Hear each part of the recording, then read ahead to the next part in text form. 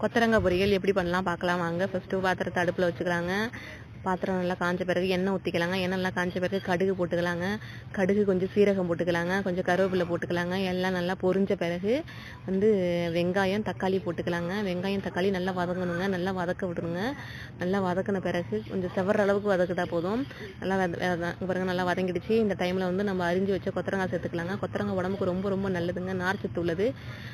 குழந்தைங்களுக்கு பெரியவங்களுக்கு எல்லாரும் சாப்பிட்லாம். உடம்புக்கு ரொம்ப நல்லா ஆரோக்கியமானது. இந்த டைமில் கொத்தரங்காய் நல்லா கிண்டி விட்டுக்கலாங்க. கிண்டி விட்டு ஒரு மூடி போட்டுக்கலாங்க. ஒரு 2 நிமிஷம் கழிச்சு மூடி ஓப்பன் பண்ணி பார்க்கலாங்க. கொத்தரங்காய் வெங்காயம் தக்காளி எல்லாம் அதோடய வெந்திருக்கும். இந்த டைமில் நம்ம மிளகாத்தூள் சேர்த்துக்கலாம். வீட்டில் அரைச்ச மிளகாத்தூள் 2 ஸ்பூன் சேர்த்துக்கலாங்க. போட்டு 2 ஸ்பூன் போட்டுக்கிட்டு அதை கிளறி விட்டுக்கலாங்க.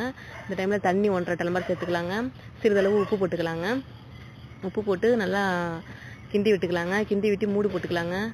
மூடி போட்டு ஒரு 5 நிமிஷம் கழிச்சு எடுத்தால் நல்லா வெந்திருக்குங்க. அந்த டைமில் கொத்தரங்காய் நல்லா ரெடி ஆகிடுச்சு பாருங்கள்.